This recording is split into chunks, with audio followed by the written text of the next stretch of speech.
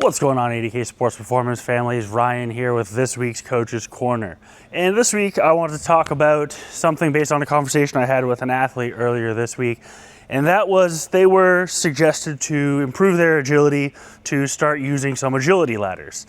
And we talked about why that probably isn't the best decision.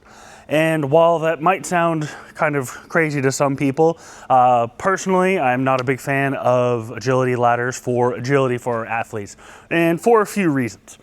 If we look at what you're doing in an agility ladder and what is actually going to positively affect your agility skills, when you're going through an agility ladder, you're doing a pre-planned movement and not with a lot of effort and not a lot of intensity.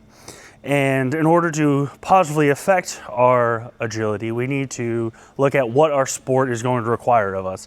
And very few times, if ever, during sport, do you know exactly what you're going to be doing, what your teammates are going to be doing, what your opponents are going to be doing, and what the ball, puck, whatever implement in your sport is going to be doing. And you need to react to all those things. In an agility ladder, none of that is happening. It's all pre-planned and choreographed. You know what you're going to be doing.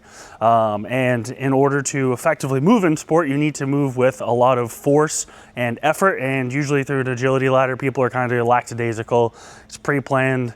There's not a lot of effort going on there. So if we look at what's actually happening in an agility ladder and what actually is going to positively affect your agility, those two things aren't matching. So when we look at true agility training, we're looking at things where the athlete doesn't necessarily know what's going to happen. They need to react to some sort of stimulus, whether that be a call from a coach, what an opponent or other athlete is doing, or reacting to a ball or some sort of outside stimulus.